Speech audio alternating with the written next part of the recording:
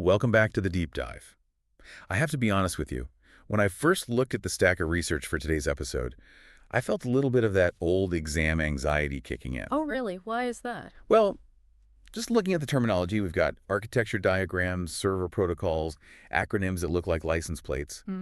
It felt heavy. It can be intimidating. I get it. But then, as I started reading through this training material on SAP Extended Warehouse Management, or EWM, it clicked. We are really just talking about code today. No, absolutely not. Not at all. We are talking about the nervous system of the global supply chain. You're talking about how the brain of a company, talks to its hands. That is a perfect way to frame it, because at the end of the day, that is what this software does. It connects the decision-making, the sell this, buy that, with the physical reality of moving a box from shelf A to truck B. And today, we are tackling a beast of a topic. It's the fundamental architectural question. Where does this massive piece of software actually live? Yeah. Does it live on its own private island, completely autonomous? Or does it live inside the main corporate headquarters, right next to finance and HR? And this is the deployment option debate. And I know to a layperson that sounds like a dry IT decision.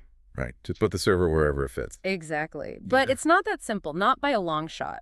This decision dictates how a business runs, how fast it can react, and crucially for our listeners who might be in this field, it dictates your career path. That's a big claim. It is, but it's true. I really believe that. The skills you need for one option are significantly different from the other. So here is our mission for this deep dive. We are going to unpack the specific architectural differences between what they call decentralized EWM and embedded EWM. The two heavyweights. We are going to look at the market landscape. What are companies actually buying right now versus what the brochures say they should be buying? The reality check. Exactly. And then we're going to roll up our sleeves and get our hands dirty with the technical plumbing. We're going to look at the wires, the logic, the actual connections that make these systems talk to each other. We're going to turn everyone listening into a bit of a mechanic today. I love that. But before we get to the nuts and bolts, and before we get to this car mechanic analogy, which I absolutely love, I have to drop a statistic from the source that genuinely stopped me in my tracks. I think I know which one you're going to bring up. You hear about the cloud everywhere, right? It's unavoidable. Oh, yeah. Cloud first, cloud native, everything is floating in the ether. It's the buzzword of the decade. I mean, if you aren't saying cloud in a meeting, you aren't saying anything according to the marketing department. Right. But according to our source material, which is based on actual project implementation data, when it comes to SAP EWM deployment in the real world, the cloud deployment option is currently sitting at less than 1% of the landscape. Less than 1%. That is basically a rounding error. It is. And it's a stark, almost shocking reminder of the difference between hype and install base. There's what people talk about, and then there's what people actually use to run their business. Why is that gap so huge? Well, logistics is heavy. It's physical. I mean, literally. Companies have spent decades and millions building these massive on-premise infrastructures. Right. You don't just lift and shift a complex, high-volume warehouse operation into the cloud overnight. It's risky. It's expensive. Yeah. And for a lot of them, the business case just isn't there yet. So if you are a student right now or a junior consultant and you are spending 100% of your time studying the cloud version of EWM because you think it's the future, you might be studying for a job that doesn't exist yet, or at least a job that is incredibly rare. The source calls it the rare bird. The rare bird. I like that. Yeah, you might find one, but don't bet your mortgage on it. The real work, the bread and butter of the industry, is still happening on the ground. That is great advice. So if the cloud is the rare bird, let's talk about the animals that are actually in the zoo. What are the actual contenders? We basically have 3 platforms available for EWM. You mentioned the cloud, which, we can set aside as the outlier for now. Okay. The 2 real heavyweights, the ones fighting for dominance, are decentralized EWM and embedded EWM, specifically embedded within S/4HANA. Okay, decentralized and embedded. Let's look at the scoreboard. The source gives us a pretty specific breakdown of how prevalent these are in actual projects. What's the split? It's roughly 65-35. 65% for... 65% of projects are using the decentralized model. Wow. That leaves about 35% using the embedded model within S/4HANA. That is a significant majority for decentralized. That surprised me, honestly. I assumed that because S/4HANA is the new modern thing, embedded would be taking over. And it is growing, certainly. It's gaining ground every year. But you have to remember, decentralized is the classic, robust, battle-tested method. It's been around, it's stable. So it's the incumbent. Exactly. And for very large, high-volume, 24/7 warehouses, having that separation is often still preferred for performance and stability reasons. We can get into that. Why does this split matter for someone learning the ropes? It dictates your learning path. It has to. Think about it. If you only learn the embedded version because it's the newest thing. You're shiny and new. Right. You think you're on the cutting edge, but you are effectively locking yourself out of 65% of the job market. You're limiting your options before you even start. Precisely. You need fluency in both. But the source makes a very strong argument that you have to understand the dominant model and, frankly, the more complex model first. It's like learning to drive stick shift before you drive automatic. That is the perfect analogy. It really is. If you can drive stick, you can hop into any car, automatic, manual, whatever, and you're fine. You understand the core mechanics of how a car moves. But if you only learn on a modern automatic with lane assist and auto braking and all the bells and whistles, and then someone throws you the keys to an old heavy-duty truck with a clutch. You're stranded, you can't move, you don't even know where to start. The decentralized model is the stick shift. It forces you to understand the gears and the clutch. Embedded. It hides all that from you. Okay, I want to visualize this because decentralized and embedded are just words. They're abstract. The source uses a really vivid analogy to explain the difference between these two setups. It compares the software architecture to a university campus. Yes, the core analogy. This is my favorite part of the training material because it takes these abstract servers and turns them into brick and mortar. It makes it real. So paint the picture for me. Let's walk through the decentralized campus first. What does that look like? Okay, close your eyes. Imagine you are standing at the gate of a large university. There is a big compound wall around the whole property. Got it. This wall represents your company's network. It's the secure perimeter. I'm in. I'm walking through the gate. You look around. It's a sprawling campus with lots of green space, paths connecting everything, and in the center you see a main administrative building. Probably a big old impressive-looking building. Admin. That's where the registrar is. Finance. HR. The main office. Exactly. That building is your ERP, your enterprise resource planning system. It's the HQ. It runs the business logic, takes the orders, handles the money. Okay. But I'm an engineering student. Where do I go for my classes? You have to walk. You look way over to the east side of the campus, and there is a completely separate, standalone building, big sign on the front, computer science block. Okay, a whole separate building. And maybe on the south side, there's another separate building for mechanical engineering, and another for electrical on the west. Each department has its own dedicated structure. So every function has its own dedicated physical structure. Exactly, that computer science building. That is your decentralized EWM. It has its own foundation, its own roof, its own security guard, its own power supply. It is attached to the university administration, but it is a separate entity. So if I'm in the admin building and I want to tell the computer science department to schedule a new class, or in SAP terms, if the ERP wants to tell the warehouse to ship a box, I can't just shout down the hallway. No, you physically cannot. There's, 100 yards of grass between you. You have to pick up a phone or send a courier across the campus.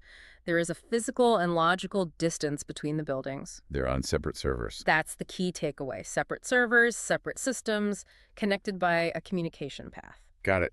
Distinct entities. Now, let's wipe that slate clean. We are moving to the embedded model. What does this campus look like? It's not a campus anymore. It's a skyscraper. Just one building. One single, massive, monolithic high-rise. You walk in the front revolving doors into a giant lobby. Yeah. The first floor is administration. That's your ERP. All the finance and sales desks are there. Same as before, just on the ground floor. But now you get in the elevator and go to the second floor. That's computer science. That's your EWM. All the warehouse management functions are on floor 2. You go to the third floor, that's transportation management. So everything is under one roof. All functionalities are available in the same building, on the same foundation. This represents embedded EWM. The ERP and the EWM reside on the same server, the same database. They are just different floors or modules within the same massive system. That makes the term embedded make so much more sense. It is literally embedded inside the host structure. Precisely. And think about the communication now. If admin on floor 1 wants to talk to the warehouse on floor 2, They just walk up the stairs. Or take the internal elevator. Or they share the same filing cabinet. They share the same database. There is no courier needed. There is no phone line needed. They are in the same space, breathing the same air. The data transfer is instantaneous. That seems vastly more efficient, less complex. It is efficient. It simplifies the landscape. You have one system to maintain, not two. But play the devil's advocate. What happens if the power goes out in the skyscraper? The whole building goes dark. Admin, warehouse, transportation, everything. Exactly. The whole business stops. One point of failure. Now, go back to the decentralized campus. If the power goes out in the admin building, The engineering building on the east side might still have lights on. They might have a backup generator. right. They can keep working on their projects, at least for a while. Exactly. The warehouse can keep picking and shipping orders that it already received, even if the main ERP is down for maintenance. So decentralized offers a kind of resilience and independence that embedded sacrifices for simplicity. And that's one reason why big 2047 warehouses often still prefer the decentralized model. Absolutely. They can't afford to stop picking boxes just because the finance server is getting an update. That is a crucial nuance. It's not just about old versus new. It's about risk and architecture. Correct. It's a strategic choice. But here is where it gets really interesting, and this is another aha moment for me reading the source. You would think that because the architecture is so different, separate buildings versus one skyscraper, that the actual work, the daily grind inside the warehouse would be totally different too. You would think that. I mean, if I move from a standalone house to an apartment in a high-rise, my life changes, right? The way I live is different. Right. But the source drops a bit of a bombshell here. The 2% difference. Functionally, there is only roughly a 2% difference between the two environments. That is the number. 2%. It's almost nothing. So 98% of the work is identical. Yes. And to explain this, the source uses the concept of the dotted line. I love this visualization. Let's unpack the dotted line. Imagine you are a forklift driver. You are driving up to the main warehouse receiving door. There is a big, thick yellow line painted on the floor at the entrance. That represents the dotted line where their responsibility hands over from the broader ERP system into the specific warehouse management system. Okay, I'm crossing the line. My forklift wheels are on the other side. Once you and your forklift cross that dotted line and enter the warehouse, the processes are identical. So the screen on my scanner, my RF gun, Identical. the way I scan a barcode, the way the system tells me to go to bin aisle 3, shelf 2. Identical. Put away strategies, packing logic, repacking stations, wave picking, cycle counting. It does not matter if you are in a decentralized setup or an embedded setup. The transaction codes are the same, the logic is the same, the screens look the same. So if I'm that warehouse worker, I literally don't know, and I don't care if this server is in the next room or in a different city. You wouldn't have a clue. It's completely transparent to you. Your job is exactly the same. So where's that 2% difference? Where does it hide? It hides strictly in the integration part. The bridge. The bridge. Yeah. In the decentralized model, the scattered campus, you have to build and maintain the bridge between the administration building and the computer science building. The phone lines, the couriers, the data connection. All of that. And in the embedded model, In the embedded model, that gap doesn't exist. You don't need the bridge because you're in the same building. you don't need the phone line. So that 2% difference is entirely focused on how data travels to the warehouse and how confirmation travels back, not what happens inside the warehouse. This brings us back to why the source emphasizes the decentralized model for learning. It's starting to really click. Exactly. If you learn embedded first, you never learn how to build the bridge because you never needed one. You just walked up the stairs. But then you go to a client who uses decentralized, which is 65% of them, and they say, hey, the bridge is broken. And you stare at them blankly because you didn't even know there was a bridge. You don't know what it's made of, how it works, or who to call to fix it. You're the architect who only knows how to build single-story houses trying to fix a suspension bridge.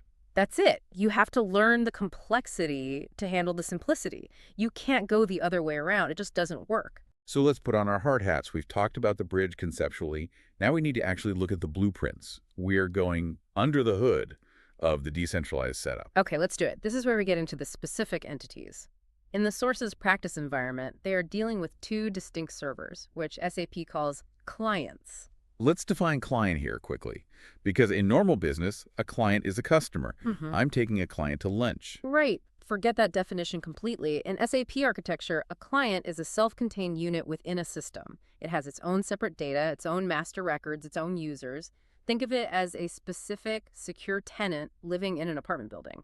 Each tenant has their own key, their own furniture, their own mail. And they can't see into the other apartments. Exactly. It's a way to partition a single physical server into multiple logical businesses. Okay, so in our source material, who are the tenants? Who's living in these buildings? We have two main players. First, on the ERP side, the HQ, we have a client. In the source example, this is client 900. Sometimes people will refer to this as ECC or the S4 system. Okay, client 900 is the HQ. That's the admin building. And then on the other side, on the separate server, we have the EWM side. This is represented by a separate client, client 110. Client 110 is the warehouse. Yeah. The computer science building. Yes. So we have client 900, ERP, and client 110, EWM. They are on different islands. Now, here's the problem. These are just numbers. If I want these two systems to talk to each other, I can't just have them yell, "Hey, 900," or "Hey, 110," across the network. Why not? Because those numbers aren't unique enough in a global network. You might have 10 different systems that all have a client 900. It's not a unique address. And computers need absolute precision. This introduces the concept of the logical system. I love the analogy the source used for this. It's about owning a plot of land. It's a great way to ground this. Imagine you buy a plot of land out in the country. It's just a piece of dirt. Okay. Amongst your family, you might call it the weekend spot or maybe the money pit. Definitely the money pit. Right. So if you tell your spouse, "I'm going to the money pit," they know exactly where you are going. It's a nickname. But if you go to the post office and try to mail a package to the money pit... They're going to look at me like I'm crazy. They'll just hand the package back. Exactly. The mail carrier has no idea what that means. You need a standardized logical address protocol. 123 Main Street, Anytown, USA, zip code 12345. Something that fits into the universal system. So a logical system is basically the official postal address for a specific SAP client. Precisely. It's a name, but it's a specific kind of name that acts as a unique identifier across the entire landscape. It tells the network exactly who is sending the data and exactly who should receive it.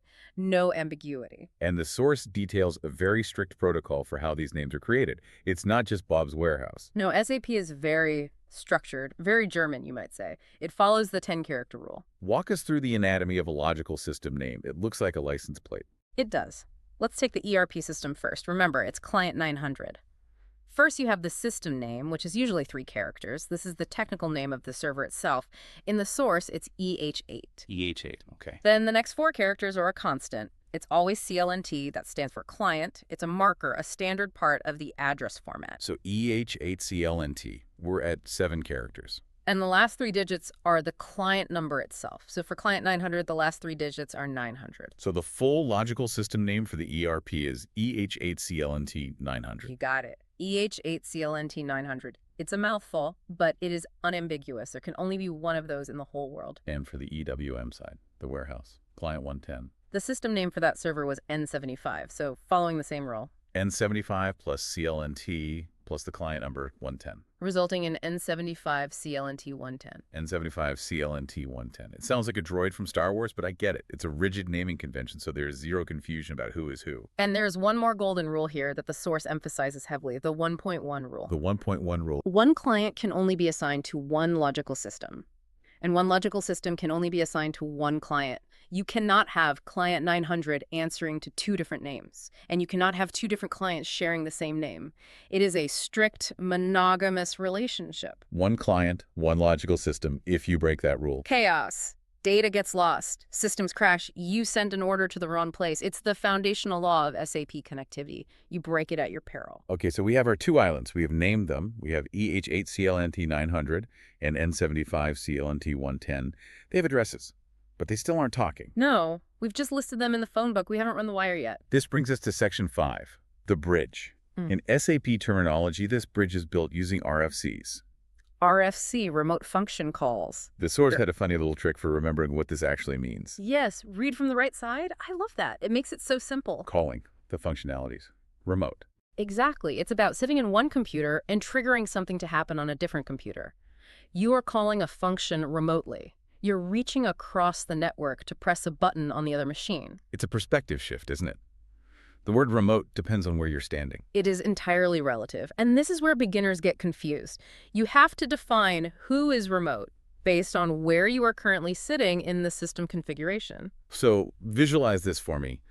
I am sitting in the ERP system, Client 900, looking out the window at the campus. If you are an ERP, then the EWM system, Client 110, is the remote system. You are calling out to it, hey, remote system, please process this delivery. And if I hop on a golf cart, drive across campus, and sit down at a desk in the EWM system, Client 110. Then the ERP system, Client 900, becomes the remote system. From the warehouse's perspective, the HQ is remote. So I need a bridge that goes both ways, a two-lane highway. Correct. The source visualizes this with a red arrow and a green arrow. The red arrow is ERP sending data to EWM. Here is an order to ship. That's the outbound delivery. The green arrow is EWM sending data back to ERP. Okay, I shipped it. That's the goods issue posting. If you only build the bridge one way, if you only build the red lane. Then the ERP shouts, ship this. The warehouse ships it, but can never tell the ERP it's done. The ERP sits there forever, waiting for confirmation. And the customer service rep in the admin building thinks the order is still stuck in the warehouse. The customer never gets billed. Exactly. The process breaks down. You need the full loop. So to send data, I need a destination, a specific on-ramp for that highway. Right. These are called RFC destinations. When you are in the ERP system configuration, you have to create a destination that points to the logical system N75CLNT110. You are essentially telling the ERP, hey, if you have data for the warehouse, this is the address you send it to. And vice versa in the EWM system. Exactly. In EWM, you create a destination pointing back to EH8CLNT900. You complete the circle. Now, at this point, I can hear some of our listeners, maybe the functional consultants, the people who specialize in warehouse logistics, thinking, okay, this is fascinating, but do I actually have to build this? Isn't there an IT guy for this? That is the basis reality check. And the short answer is, no, you usually don't build this yourself. Phew. This is the domain of the basis consultant. These are the infrastructure specialists, the plumbers and electricians of the SAP world. They set up the servers, the security, the IP addresses. They are the ones typing in the IP numbers and configuring the firewalls. So if I don't have to do it, why are we spending an hour talking about it? Why did the source material spend a whole training session on it? Because of the car mechanic analogy. This is my favorite part of the source because it explains the value of T-shaped knowledge. Having deep knowledge in your area, but broad knowledge of the areas you connect to. Lay it on me. Okay, think about when you buy a car. The salesperson opens the hood, they point to the engine, the battery, they talk about the brakes, the clutch, the transmission. Right. A quick overview. No. Do you need to know how to build an engine from scratch to drive to the grocery store? No. I just need to know where the gas pedal is and how to steer. Exactly. But imagine you are driving on the highway, miles from home, and your car breaks down. Smoke comes out from under the hood. Nightmare scenario. You call the mechanic. If you don't know anything about cars, what do you say? I say, help, my car is broken. It's broken. That is generic. It's unhelpful. The mechanic asks, what's wrong? You say, it stopped moving. It could be the battery, the fuel pump, the transmission, the tires, anything. It takes them a long time to diagnose it over the phone. But if I know a little bit. If you paid attention to how the car works, you might be able to say, hey, I was shifting gears and the clutch pedal went all the way to the floor and didn't come back up. I think my clutch cable snapped. That is a totally different conversation. Suddenly, the mechanic knows exactly what tools to bring. They know exactly where to look. You are solving the problem together. You've narrowed it down for them. So applying that to SAP. If the integration fails, then it will fail eventually. You don't want to be the consultant who just creates a ticket that says, the interface isn't working. The box isn't moving. Right. You want to be the one who looks at the error log and says to the basis consultant, hey, the RFC destination to client 110 is failing. It looks like a connection timeout or a user authorization error. That makes you a partner to the technical team, not just a helpless user. Exactly. It saves time, it earns you respect, and crucially, it gets the warehouse running again faster, which saves the company money. That's why you learn the plumbing. You don't have to be the plumber, but you need to know where the pipes are. I love that. It's about being an educated driver. Okay, so let's get educated. Let's actually walk through the configuration journey. The source takes us step by step through the screens. I want to feel like we are sitting at the desk doing this. Okay, let's do it. Pull up your chair. We are looking at the monitor. We open the GUI, the SAP Logon pad. The classic interface. To even get in, you need the IP address and the instance number to connect to the data center. We assume the basis team gave us that. We're in. Now, where do we go? The menu is huge. We use a specific transaction code, SPRO. SPRO.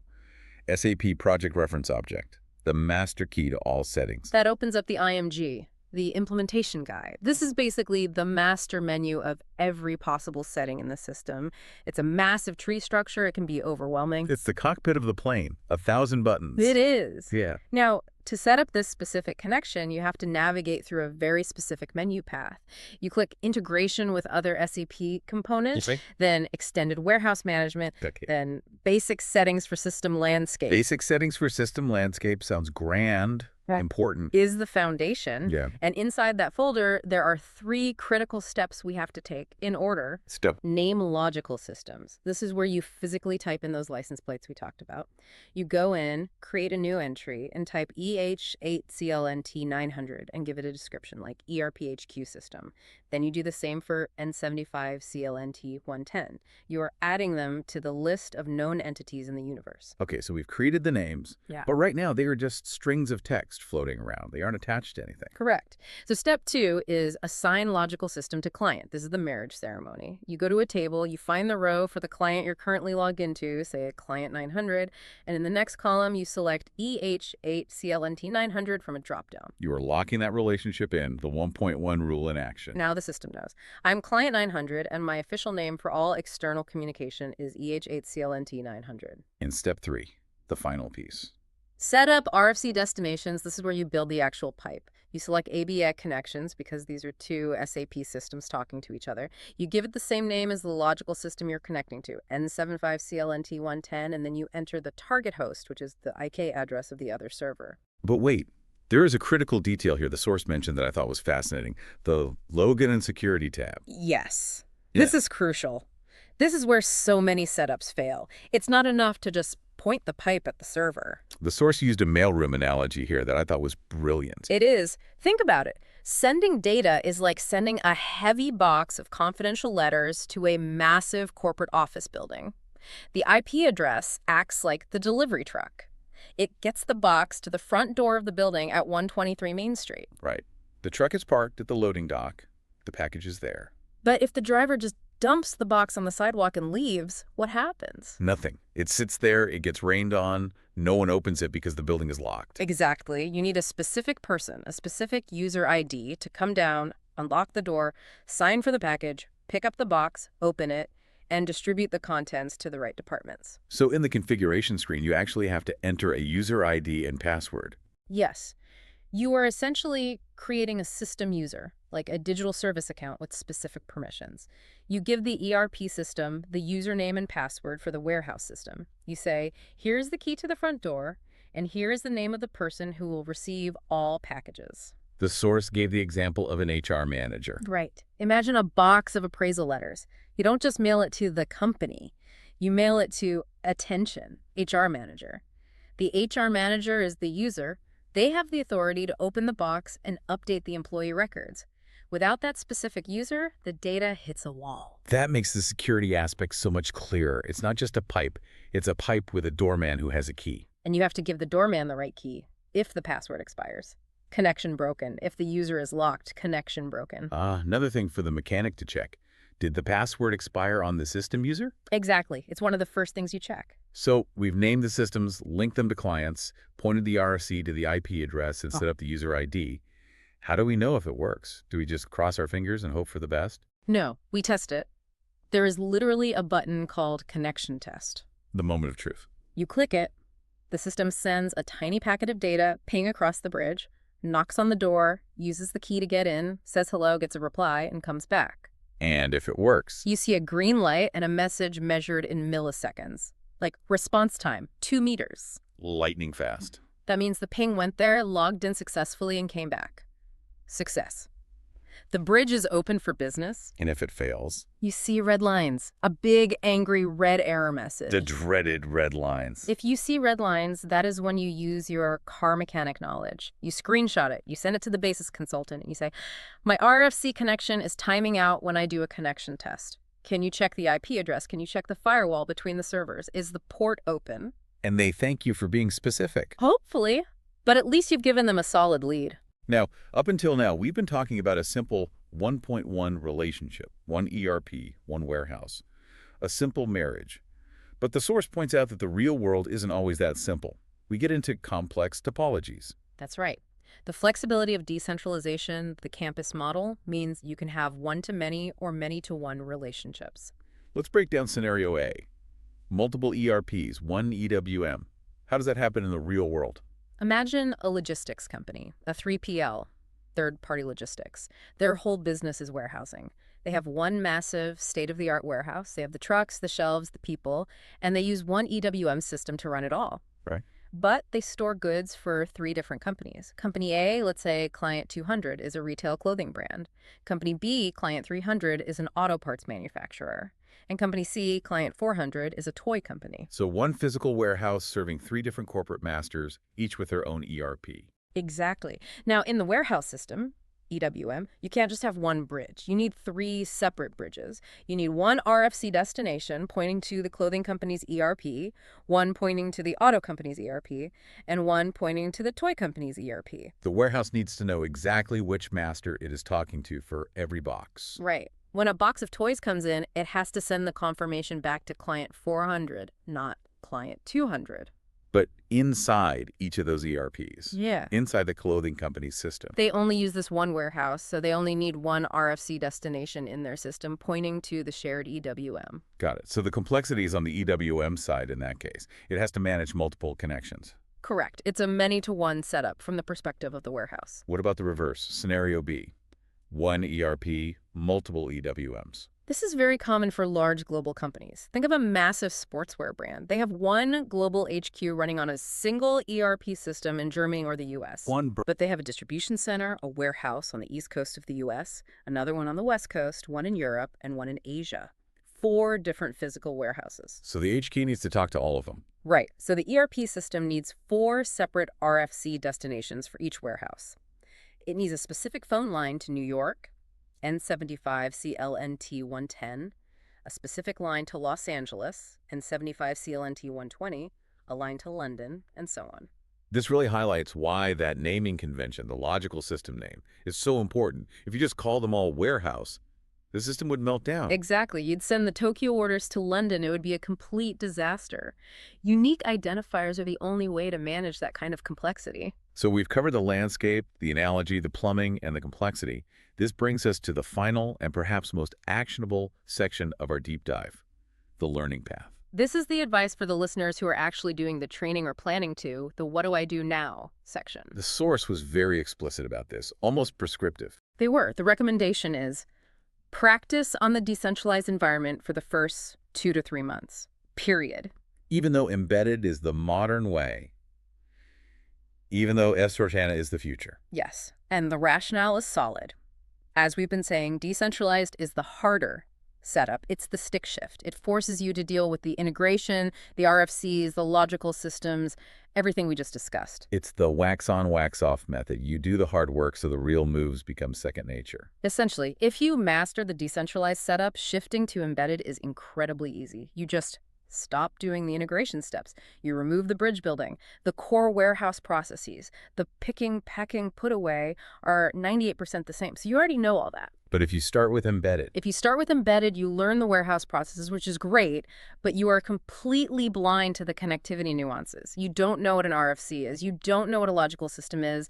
You've never had to troubleshoot a broken connection. and since 65% of projects are decentralized, You are entering the workforce only half prepared for the majority of jobs. You are the mechanic who can only fix electric cars, but the world is still full of gas engines. You're not as valuable. that is a compelling argument. Start hard, make it easy later. It's the best way to ensure you are a versatile, valuable consultant who can work on any project, not just the new shiny ones. So let's wrap this up. We've covered a lot of ground today.